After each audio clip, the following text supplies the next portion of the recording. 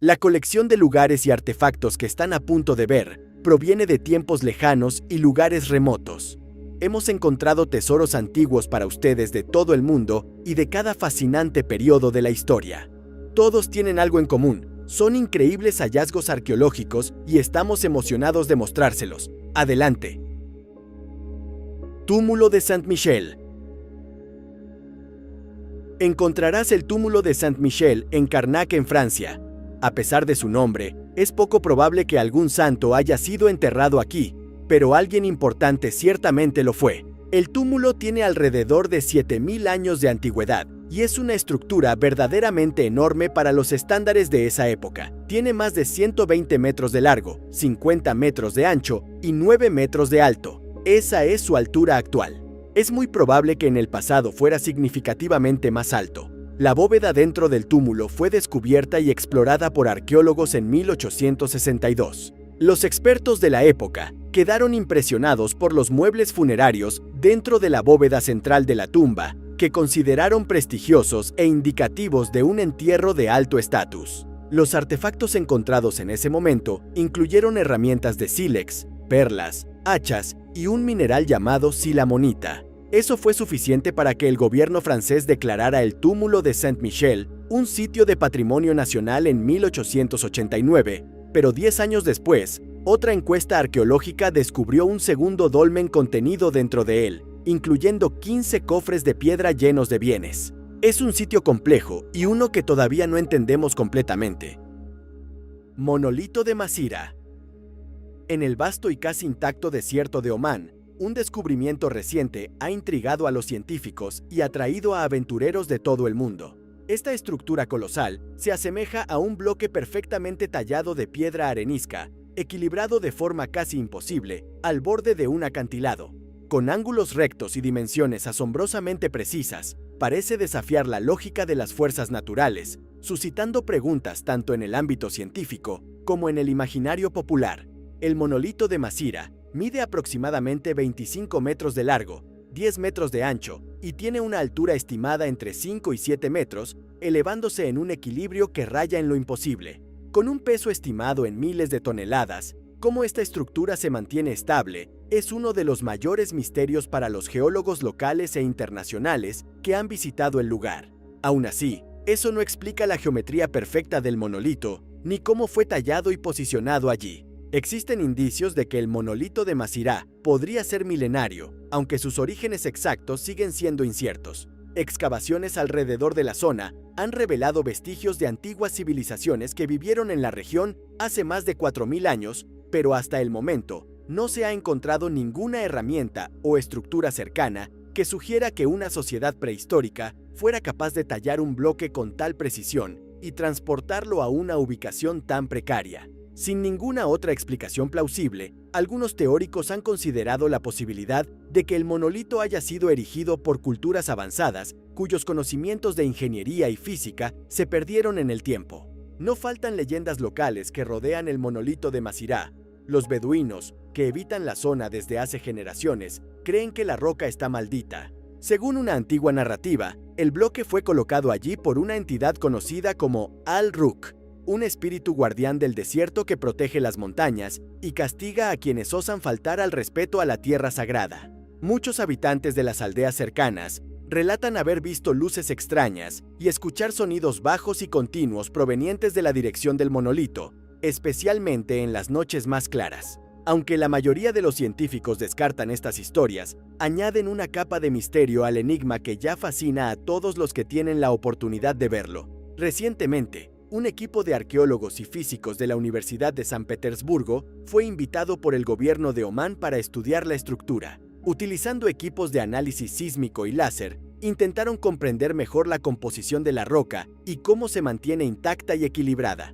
Para sorpresa de los investigadores, los primeros exámenes indicaron que el monolito posee una frecuencia de resonancia propia que lo estabiliza. En otras palabras, la estructura emite una especie de vibración que se alinea con las rocas debajo de ella, creando un punto de equilibrio perfecto. Tal fenómeno nunca se ha observado en formaciones naturales, lo que lleva a los científicos a especular sobre intervenciones desconocidas en la creación del monolito. El monolito de Masira ya comienza a ser llamado la octava maravilla del mundo por quienes visitan Omán solo para verlo de cerca.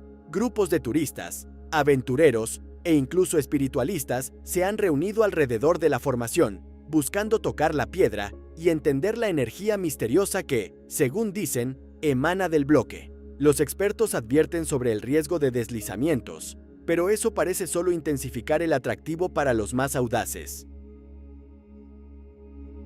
Templo de Rosalila. Incluso antes de que los conquistadores españoles vinieran y exterminaran prácticamente su cultura, los mayas tenían la extraña costumbre de destruir sus edificios monumentales cuando decidían que ya no los necesitaban. Hay excepciones, sin embargo, y una de las más grandes de esas excepciones es el Templo Rosalila en Copán, en Honduras. Cuando fue redescubierto por arqueólogos modernos, estaba en tan buenas condiciones que todas sus elaboradas decoraciones de estuco pintado todavía estaban claramente visibles y vibrantes en color. En lugar de ser quemado o destruido, los mayas enterraron ceremonialmente el templo. Cada una de sus habitaciones fue cuidadosamente llenada con piedra y barro, y sus paneles de estuco fueron cubiertos con yeso blanco. Ese acto solo puede interpretarse como un intento de preservar los paneles, así que tenemos que asumir que había la intención de volver y desenterrar el templo de nuevo en una fecha posterior. Por el tamaño del templo, los historiadores están seguros de que fue el santuario religioso más importante en Copán durante el siglo VI. Lo que no pueden estar seguros es por qué fue abandonado y enterrado, pero están muy contentos de que así fue. Jardines de Bomarzo. ¿Qué mejor lugar para terminar que con lo que parece ser el escenario de una película de terror, situado justo en medio de un hermoso jardín italiano? Estas aterradoras estatuas talladas y cuevas son conocidas como los monstruos de Bomarzo y han estado dando pesadillas a las personas desde que fueron construidas durante el siglo XVI. El príncipe Pier Francesco Orsini encargó la creación de este extraño espectáculo en 1552 y nunca pretendió que fueran hermosas. El príncipe estaba luchando con su salud mental en ese momento. Había luchado a través de una guerra brutal y había perdido tanto a su mejor amigo como a su esposa en incidentes separados. El jardín de monstruos iba a ser una expresión de su duelo. Pirro Ligorio fue el arquitecto elegido para realizar su visión, una elección interesante dado que Ligorio era conocido por obras más refinadas como la Catedral de San Pedro. Si la enorme cabeza gritando en medio del jardín no te asusta, quizás lo haga su inscripción acompañante. Simplemente lee, toda razón se desvanece. Al lado de ella está una cabeza gigante de pez y un gigante desgarrando a otro gigante en dos. Este es un monumento a la locura violenta. Haid al-Yazil. Haid al-Yazil parece el escenario de una película o programa de televisión de fantasía. No desentonaría si se utilizara como set en House of the Dragon, y ni siquiera necesitaría ser adornado para cumplir con el papel. Sin embargo, vivir aquí es cualquier cosa menos una fantasía. Todavía hay personas viviendo en esta ubicación remota, encaramadas en lo alto de una roca en el valle desértico de Dawan en Yemen. A principios de 2023, la población de Haid al-Yazil es de 17. Todas las casas del pueblo están hechas de ladrillos de barro, que son arrasados por la lluvia y por lo tanto, deben reconstruirse cada año. A pesar de eso, siempre que haya alguien allí para mantenerlos, pueden durar mucho tiempo. Se cree que las casas más antiguas del pueblo han estado en pie durante 500 años. Cada casa está separada de la siguiente por un piso de madera, con algunas pilas que se alzan hasta 11 pisos de altura y luciendo extremadamente precarias. La mayoría de ellas son ruinas. Cuando no llueve, hace mucho calor. El pueblo está rodeado por montañas en ambos lados, atrapando el calor y manteniendo fuera el viento. Haid al-Yazil eventualmente morirá, pero eso aún no ha sucedido. Sassi di Matera. Hay algunas personas que se opondrían a que describiéramos a Sassi di Matera como un sitio antiguo. Después de todo, todavía hay personas viviendo en Sassi di Matera hoy en día. Sin embargo, algunas de las casas cueva en esta especial ubicación italiana en la ladera han estado ocupadas desde la era neolítica. Las personas que viven aquí dicen que estas son las viviendas en cuevas ocupadas continuamente más antiguas en la historia humana, y la mayoría de los historiadores están de acuerdo con esa valoración. Sin embargo, Sassi di Matera fue considerado una vergüenza para el gobierno italiano tan recientemente como en los años 1950. El país estaba liderado por fascistas en ese momento, y Matera no encajaba en su gran visión para el futuro. Lo veían como atrasado, y comenzaron a desalojar a las personas como parte de un plan de reasentamiento. Si hubieran llevado el plan a término, toda la ladera habría sido arrasada con dinamita. Sin embargo, cuando los expertos fueron enviados para evaluar Sassi di Matera, se encontraron con maravillas como la cripta del pecado original del siglo IX y comenzaron a entender cuán antiguo era realmente el asentamiento. Eventualmente, se detectaron rastros de los antiguos griegos, romanos y bizantinos en lo profundo de las cuevas a partir de los artefactos que dejaron atrás, junto con pinturas rupestres hechas por culturas antiguas desconocidas. Al final, se permitió a los residentes quedarse, y la vida aquí ha continuado mucho como siempre lo ha hecho. Estela de Mesha. Tenemos otro artefacto con doble nombre para ti ahora. Es la Estela de Mesha, también conocida como la piedra moabita. La estela puede fecharse de manera confiable alrededor del 840 a.C. y contiene una inscripción escrita en cananeo que cuenta la historia del rey Mesha de Moab. Está escrita en primera persona, como si el propio rey estuviera hablando.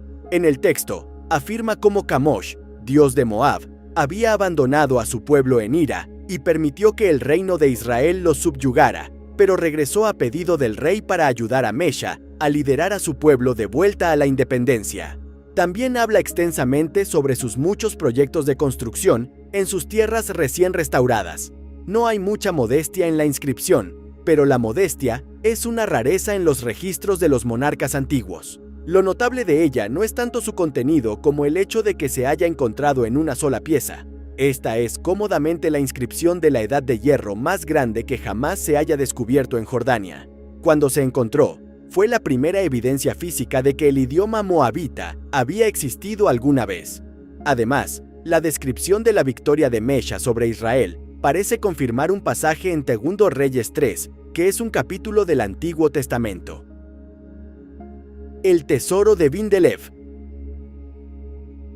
Hemos contado muchas historias de descubrimiento de tesoros en este canal, pero siempre hay espacio para una más. Esta es la historia de un afortunado descubrimiento de tesoro en Dinamarca en septiembre de 2021. Nuestro cuento tiene lugar en Vindelev, donde un detectorista de metales aficionado descubrió un botín de artefactos dorados de 1500 años de antigüedad en el campo.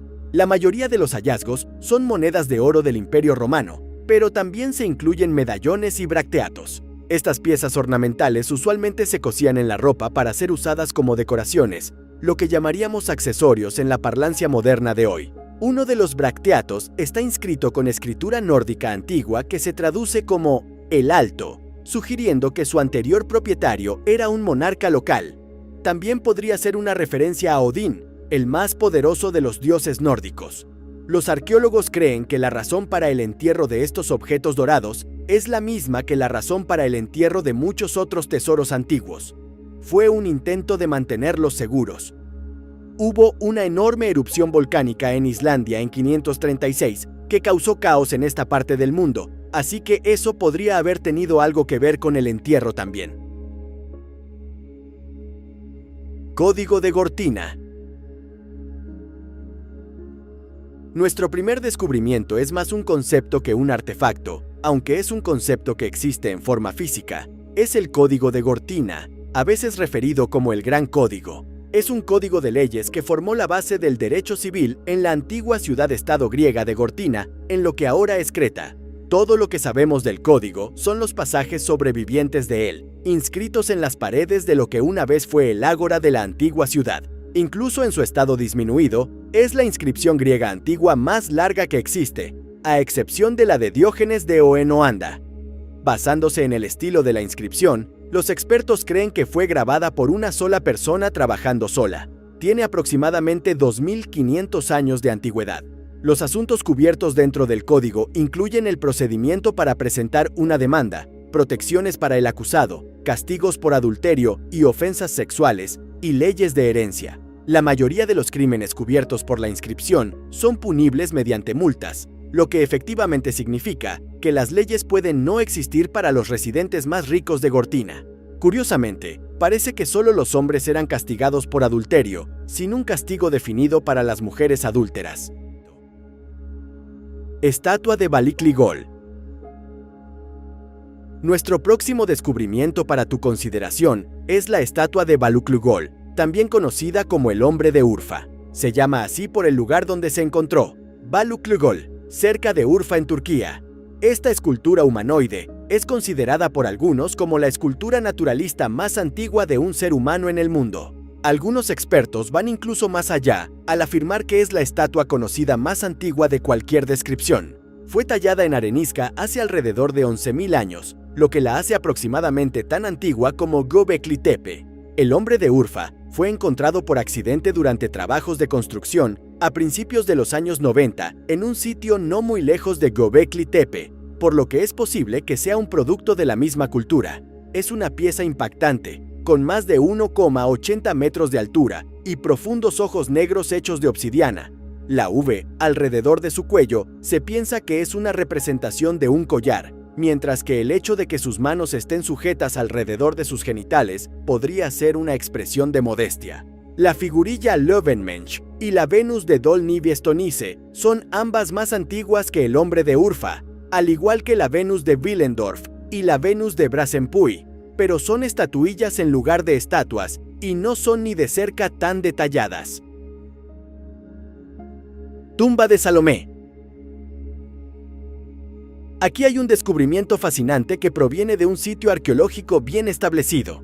Durante la década de 1980, un hombre descubrió accidentalmente una tumba rica e históricamente significativa en el Parque Nacional Tel Lachish, cerca de Jerusalén. Desde entonces ha sido nombrada la tumba de Salomé, después de una mujer que se dice asistió en el nacimiento de Jesucristo, aunque no hay una conexión comprobable entre la tumba y la figura bíblica. Se llevaron a cabo excavaciones frescas dentro de la tumba en diciembre de 2022 y arrojaron una colección de pequeños artefactos, incluyendo varias lámparas de peregrinos. La presencia de lámparas de peregrinos es significativa porque prueba que el espacio ha sido considerado sagrado durante muchos siglos. Basado en la evidencia revelada por las nuevas excavaciones, parece que esto fue inicialmente una cámara funeraria judía del período romano, pero fue reocupada por una capilla cristiana durante el período bizantino y continuó atrayendo peregrinos y adoradores durante los primeros años islámicos de la región. Aunque Salomé casi con certeza nunca fue enterrada aquí, había un culto a Salomé durante el siglo V. Es posible que este sea un espacio que los seguidores del culto alguna vez usaron. Zapatos en Vindolanda. El sitio del antiguo fuerte romano de Vindolanda, cerca de Northumberland, en Inglaterra, ha demostrado ser un rico campo de caza para los arqueólogos en tiempos recientes. Los esfuerzos de excavación continúan y se hacen nuevos descubrimientos casi cada semana. Algunos de los artefactos más notables recuperados de Vindolanda en tiempos recientes son estas sandalias, un tipo antiguo de herradura romana. Los 4 zapatos están tan bien conservados que todavía podemos ver la huella, un detalle añadido a los zapatos para evitar que se caigan de los pies del caballo. Los arqueólogos han podido fecharlos en el primer siglo. 9 fuertes romanos se construyeron en Vindolanda a lo largo de los 500 años que los romanos se quedaron aquí, con cada legión recién llegada construyendo encima de los restos del trabajo de sus predecesores. Eso hace que sea un sitio complicado de explorar y excavar, de ahí la razón por la que el trabajo está tomando tanto tiempo. Esto es un recordatorio de cuánto tiempo ha estado en marcha la asociación entre humanos y caballos. Aunque las herraduras de hoy en día son probablemente mucho más cómodas para los animales que estos objetos de aspecto extraño lo fueron. Crucigrama griego. Millones de personas disfrutan de los crucigramas, pero comparativamente, pocas de esas personas son conscientes de que la historia de la creación de crucigramas se puede rastrear miles de años atrás. Aquí hay uno de la antigua ciudad de Esmirna. Encontrarás las ruinas del asentamiento dentro de los límites de la moderna ciudad egea de Izmir en Turquía, donde aparece en la pared de una basílica de 2500 años de antigüedad. El crucigrama parece haber sido escrito unos 500 años después de que se construyera la basílica. Contiene palabras griegas que se pueden leer de izquierda a derecha y de arriba a abajo. Técnicamente sería más preciso llamarlo un acróstico que un crucigrama, pero efectivamente es lo mismo. Dar sentido al crucigrama es difícil porque contiene nombres de personas, así como palabras griegas aparentemente aleatorias. Pero hay algunos que creen que contiene información codificada, utilizada por los primeros cristianos para comunicarse entre sí en secreto. Habría habido puestos oscureciendo la pared aquí hace 2000 años, por lo que las palabras habrían estado ocultas. Por otro lado, es igualmente posible que el crucigrama fuera creado por la misma razón que creamos crucigramas hoy, como una forma de entretenimiento.